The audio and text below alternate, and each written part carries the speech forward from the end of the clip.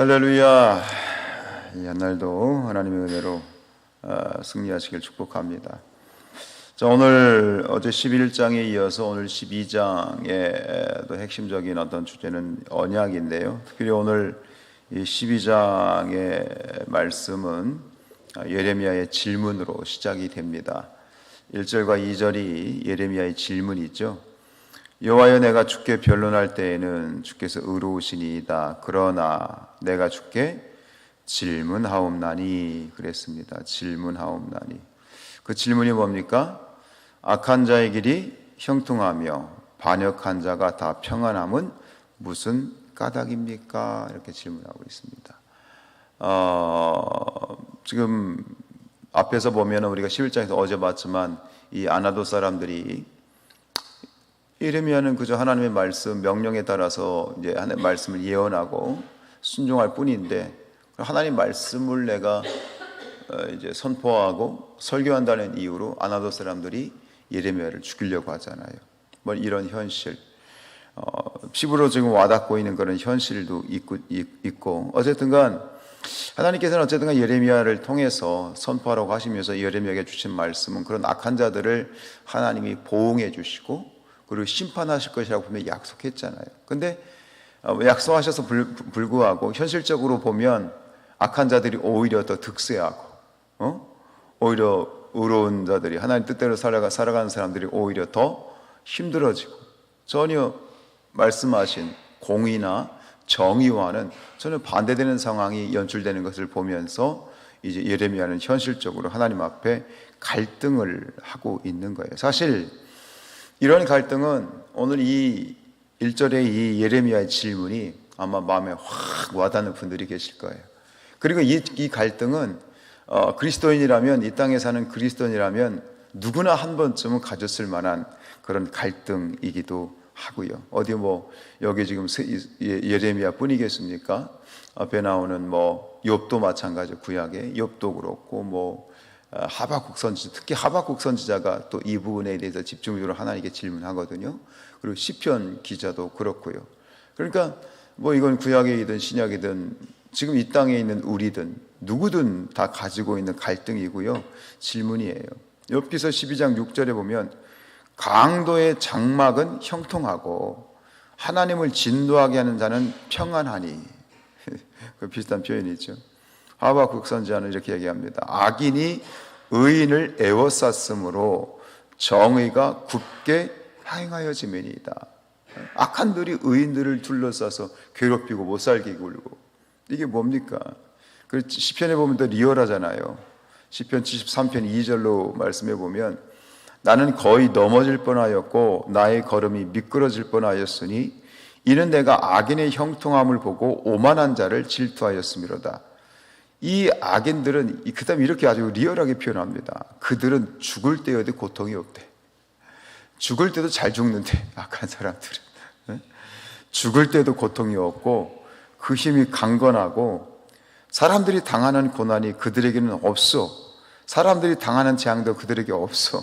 그럼 도대체 그렇게 잘 먹고 잘 살다가 잘 죽으면은 무슨 그게 악인이 심판이고 악인이 하나님께서 악인을 벌하시는 겁니까? 이러면서 굉장히 리얼하게 이제 얘기를 하는데, 오늘 이 예레미야 선지자가 얘기하는 거는 마치 이제 하나님께 질문하는 것이 하나님에 대해서 항의하는 것처럼 그렇게 들릴 수 있는데, 사실 이것은 하나님에 대한 항의가 아니죠. 그래서 1절에 이렇게 시작하잖아요.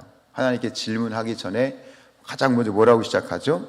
여호와여, 내가 주와 변론할 때에는 주께서 의로우십니다. 이게 의롭단 말이 뭐예요? 여기서 의라는 이 한자가 무슨 의자죠? 오를 의자입니다. 네. 여기서 지금 이것은 예레미야 선지자가 하나님 앞에 항의하는 것, 따지려고 하는 게 아니에요. 일단 자기가 만나고 있는 현실에 대해서 갈등하는 건 너무 당연한 거 아니에요? 근데 이건 뭐냐면 하나님에 대한 신뢰입니다. 신뢰. 하나님을 신뢰하기 때문에 이런 얘기도 하는 거예요. 하나님을 신뢰하지 않는다면 이런 얘기조차도 하지 않아요.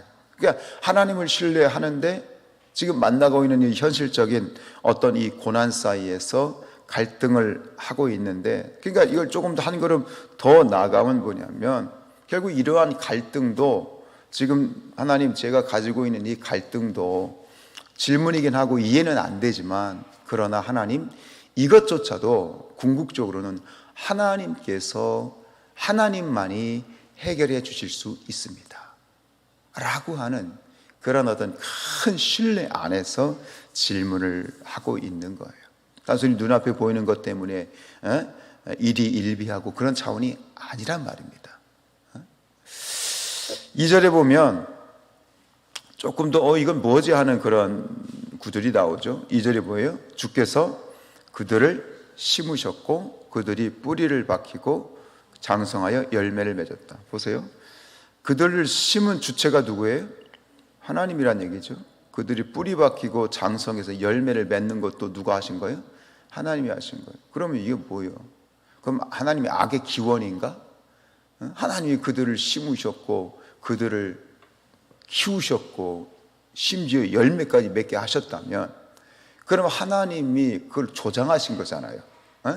악한 자들을 조장을 했고 악을 조장했고 또 악을 조성하신 분처럼 보이잖아요. 이것도 그렇지 않은 거예요. 무슨 얘기냐면 하나님께서 이런 악한 존재들을 그들을 악을 만드신 것이 아니라 그냥 용납하신 것 뿐이에요. 지금도 마찬가지예요. 이 땅 가운데 수많은 악인들이 있어요. 하나님을 거역하고 박해하는 자들이 있어요. 그들은 죽지 않고 있어요. 왜? 그냥 용납하시는 것 뿐이에요. 유보하시는 것 뿐이에요. 왜요? 그들에게도 하나님께서는 회개의 기회를 주시고자 하는 것 뿐이에요. 왜요? 하나님은 공의의 하나님이시면서 동시에 하나님은 어떤 하나님이세요? 사랑의 하나님이시기 때문에.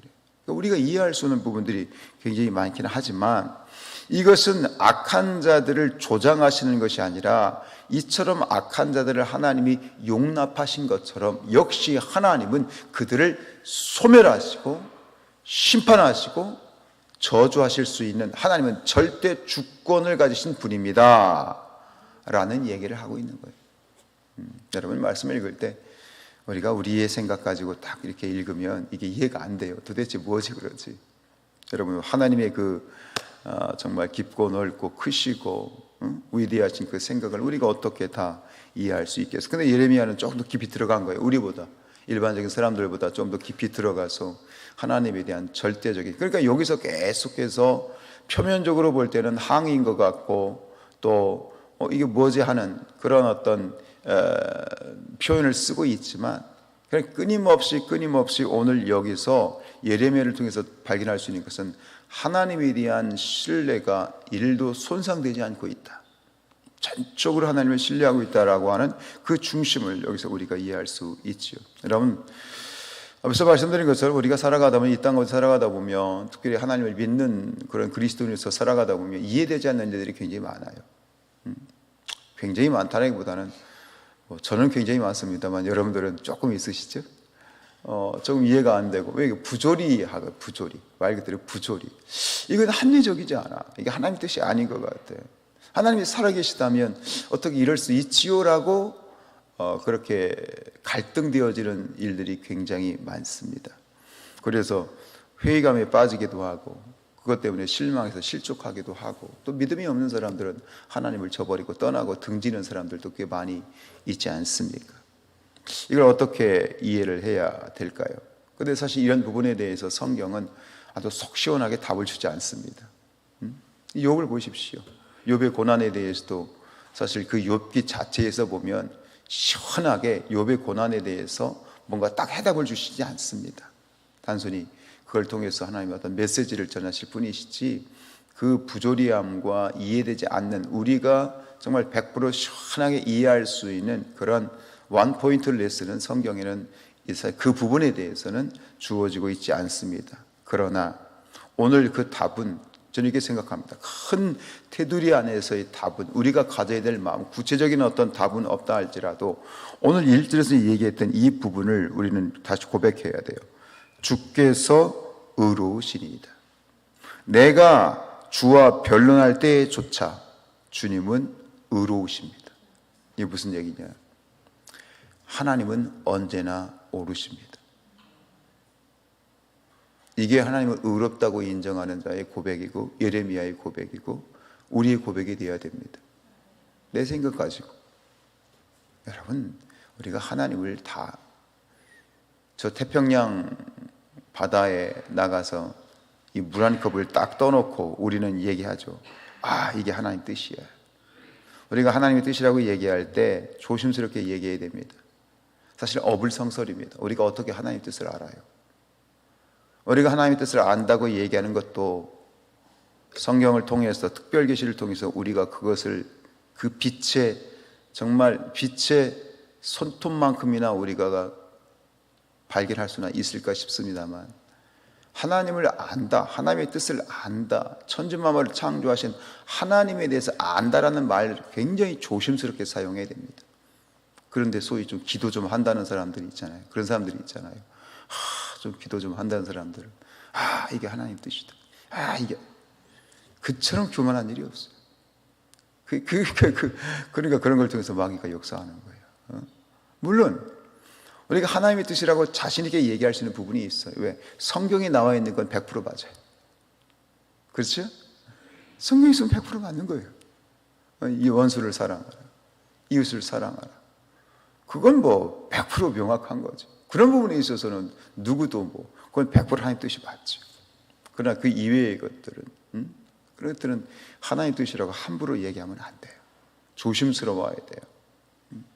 조심스러워야 돼요. 어쨌든 간 우리가 이해되지 않는 그런 어떤 삶의 어떤 환경, 지금 나 자신의 삶을 봐도 도대체 하나님 이게 뭡니까? 왜 저에게 이런 고난을 주십니까? 왜 내가 이런 고난을 만나야 됩니까? 내가 하나님 앞에 신실하게 뜻대로 정말 하나님 앞에 최선을 다해서 살려고 하는데 왜 내 삶에 이런 일들이 있습니까? 라고 우리가 참 하나님 앞에 답답한 마음을 토로할 때도 있지만, 그러나 그것은 무엇이 이 전제되어져야 되느냐? 분명히 전제가 있어야 돼요. 전제가 없이 그런 질문을 하면 여지없이 흔들리게 되는 거예요.